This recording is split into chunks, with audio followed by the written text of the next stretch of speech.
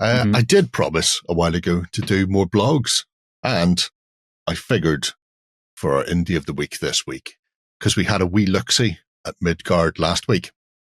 Yes, if people are unaware, the writer of Midgard is James Morris, who has his own little blogular called Mogsymakes, which is, clever, fantastic. I like it for several reasons.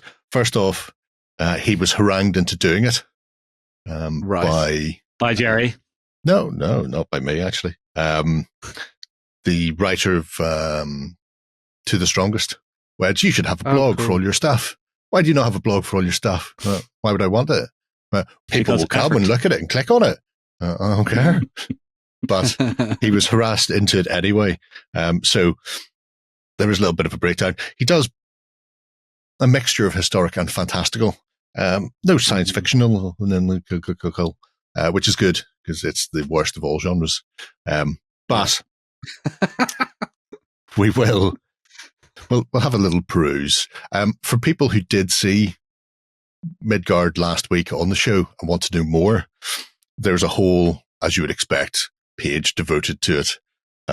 So whether you're looking to pick up a copy, you can get it via the Lardy's Ricevitz Press, or if you're in the EU, Caravanserai Publishing, the people who send me Wargame Soldiers and Strategy on a regular basis. God bless them.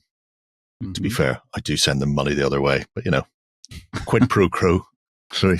There are links to his videos that he's been doing with Rich from the Lardies about what Midgard is, what the forces contain, some scenarios, and their first playthrough game went up as well. So it's a great way, there's James there, it's a great way of getting a bit more depth and detail about Midgard if you were thinking about it. Because, there's a ton of games out there these days, and how do you know this one's for you? I did see somebody commenting that it was random movement, and why was I interested? At no point have I heard that it's random movement, and then I watched the Let's Play, and it's not random movement. You liar. You fiend in the comments. Fake news. Yeah. Propaganda. Find yourself everywhere. A water, put your head in it, do not come up. Yes. I'd love to have an army for this. It looks so fun. Well, you can. That's the great thing about it. Take your Saga Force that I know you have. And you mean the one I haven't touched since my bad beat? Yep. And then double that, and that's more or less a Midgard Force. You just need little movement trace to put them on. That was the tokeny set we were saying. And then there was one. Remember I said there was a 3D printed one? So that's the STL version. Ooh, if you want it to be a bit more Sutton Who. Fancy. Styly. Put Warren to work. Yes. But yeah, so Midgard lives here as well as other things, but we're going to have a look at the other things. And it is mostly just, here's stuff I've been working on. I first discovered, I wonder if it'll be in here. I first discovered Mogsymakes via the medium of Dan Mersey when he was releasing Wiglaf, his Travel 18mm stuff for Age of Penda. Oh, yeah. James did some absolutely superb little bases of the figures. I was like, oh, this is cracking. Seen them on the face page. And I was like, oh, he's got a blog. So I snacked down that way and found him. Look, totem pole. And a lovely man with a massive war axe who's about to batter the ever-living jeebus out of people. Yes. That's how they say hello. Yes. So if I go Dark Ages... No, let's start at the top. Let's go ancient first. It is just a case of model porn. This is why I come here. For inspiration of what I can do. Do not punch that into Google, folks.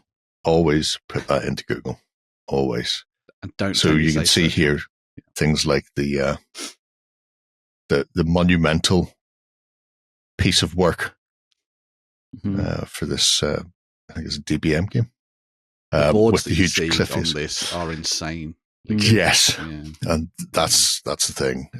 Obviously, James and the group he plays with. There's Simon Miller, the man responsible for To the Strongest and for this blog. Thank you. But yeah, you get a nice breakdown, battle report. Who would have thought it, of what was happening along with the the pictures of the game ongoing. And I just really like this because, even though he's written rules and done games design, him and his mates are just gamers. Just like you and me, only they have painted stuff. And they possibly have a warehouse to store all their boards in. Because if they build them all like that, that's going to be a hell of a storage beast to work with. Maybe they just ceremoniously dance around it and smash it with hammers after they're done. I hope not. Yeah. Gerry says as the joists in his attic are creaking. I like to think that they split it up between them, like fragments of an amulet, and then they bring them together for game days. So it's not like a timeshare. You get it this week, I get it that week. No, yeah. You get segments, and then you bring them together, and then like a big flash of power happens, and then you have an amazing game. So. Very 80s cartoon of you, Ben. Yes. But it is the way to go. I mean, lovely stuff, though. Yeah. Which is why people like stuff like Ancient Battles. Just look at them. Look at them with their delightful square bases. And so the rule systems they're using for each of these games, is it ones that they've written or is it from around the industry? Oh, it's from all over creation. This one one may actually be to the strongest, but not sure. No, were they? I can't see. Yeah, he said to the strongest there. Yeah, but he was assisted by Simon Miller, the author of... that we were using for the game. Yeah, okay. So that one is to the strongest. But it just depends. Obviously, when there are certain games around that you can just go and grab and will do for multiple periods, and if your group is playing them on a regular basis, it tends to be what they use. Because in a lot of cases, these are being shown off at... conventions and things like that. So they're UK based? Oh yeah. Okay. Yeah. Sorry, I was just wondering if they were in the Americas. No, look, he's got a little hobby horse. That's how he rides in. He couldn't afford a guy with 2 coconuts. But he couldn't find them, obviously. No way of getting them to Saxony. Well, at least he doesn't have to go to Camelot. It's a very silly place. It's wonderful stuff. Are you still saying no to doing Dark Ages, Gerry? I've never said no to doing Dark Ages. Dark Ages is fine for Gerry. I've somewhere in the region of several thousand Dark Age which one was it you were saying no to? Medieval? Medieval. Yep, medieval. It can jog on. Not happening. The painting's fantastic by James. Yeah. I always love seeing what he does. It kind of matches up really well to the I like to think that it matches up quite nicely to like the Foundry method. Like, that sort of classic painting of the historical stuff. Yeah, but then also Kevin Dallimore, 3 layers. Yeah. Yeah. But then also with a lot of the bits that you see done for Footsore and their studio painting as well. But yeah, it's really, really nice stuff. Very inspirational. Gets you. I like things like the commander bases that turn into slightly more diorama-based affairs. Yeah. The one per sod laying below the hearts, going, "Please don't crush me." Exactly. Yeah. So having those, I think, is a really nice touch for something you see in historical games. You don't necessarily see them in fantasy and sci-fi ones, I would say. I mean, the painting's old style, but it's super clean. In fantasy and science fiction, depending on the game, obviously for Midgard it will be different, but your heroes generally fight and do things. Yeah. Whereas in ancients, historical in general, they were there for command, which is why they often end up on round bases to show that they don't get involved in the fighting. And because they're on a little round base somewhere and you want to go, well, this is my clever guy who's in charge of everybody, then they get a bit more love and attention. Since they should theoretically stay on the table to the bitter end. I love that board. That's amazing. Somebody set fire to my village. Please set and help. Actually has thatch on the roofs. Yep. It's the way to do it. No teddy bears were harmed in the making of this board. Predates that, I think. But it just goes to show the wealth of time and effort that they put into it, and then obviously you get these majestic looking boards as well at the end, where you get a really, not just a really good spectacle, but a fun game to play through. I think he was saying for this one it was Warhammer Ancients, which is, it was one of my segues into getting back into ancient warfare was Warhammer Ancients, and James wrote the Arthur book for it. Oh, wow. But I do like how he says it was a rather clunky system. I might go back to it at some point. You're going, yeah. I think these days with the plethora of better systems out there, going back to Warhammer, probably not. Well, including his own. Yeah. Modern systems with old miniatures still work. Mm-hmm. Yeah. Oh, yeah. Well, that's the great thing about historics is once you've got them, they'll fit into anywhere. Never wanting for miniatures. Very sure.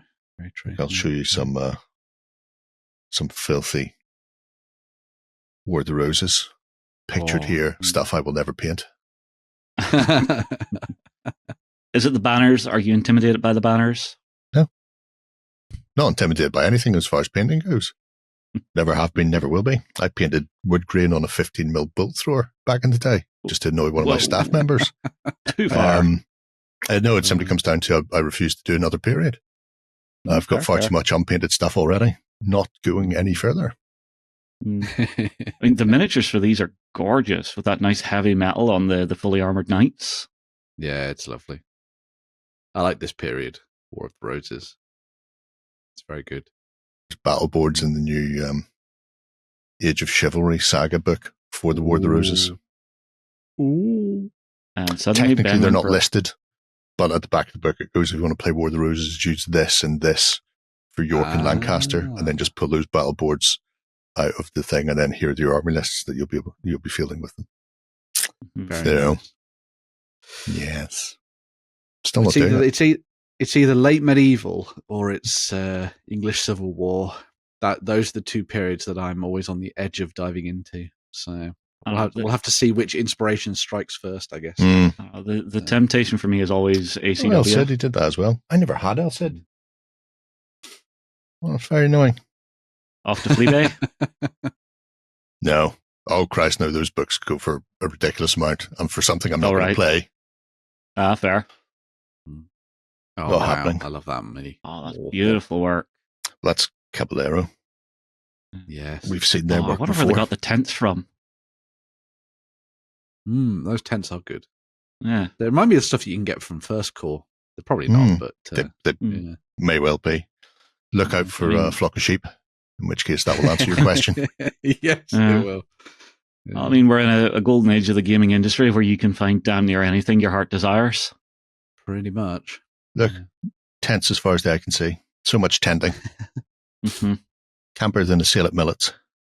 It just reminds me of playing Dragon Age. That one elf, I stole the sword from him every single time. From various manufacturers. Good luck, Skipper. Oh, God damn it. In which case, yes, probably First Corps and who knows where else from. Yeah. James does watch the show, so... Drop it below, because those are really lovely. I'd love to do tables like this. You know, something big, epic on a grand scale. Nothing's stopping you.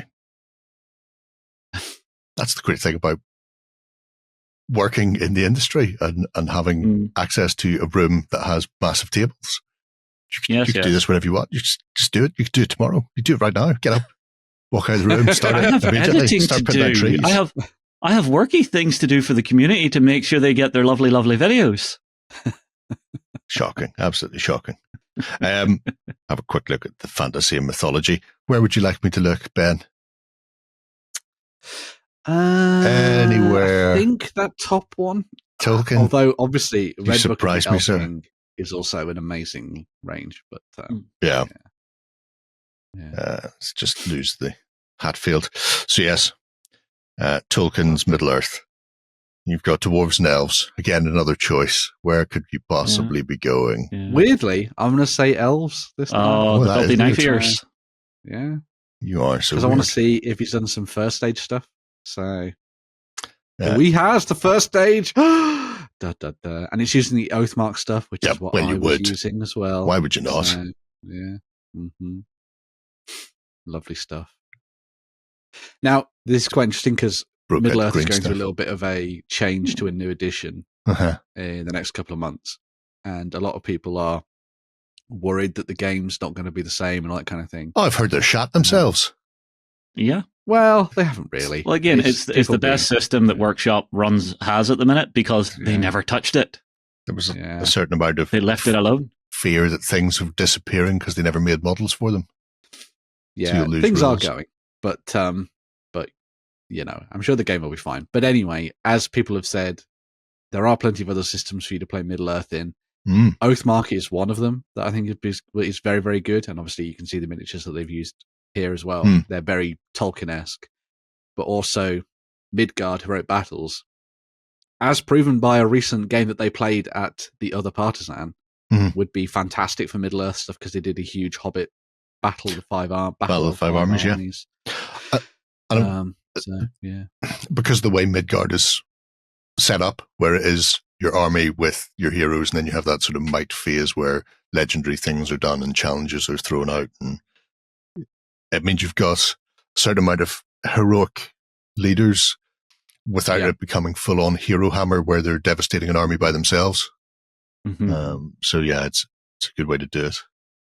Which works with the Tolkien-esque vibe, because the heroes are great and powerful, but they're not, you know, superheroes. Yeah, they can still be stabbed up by a mortal blade.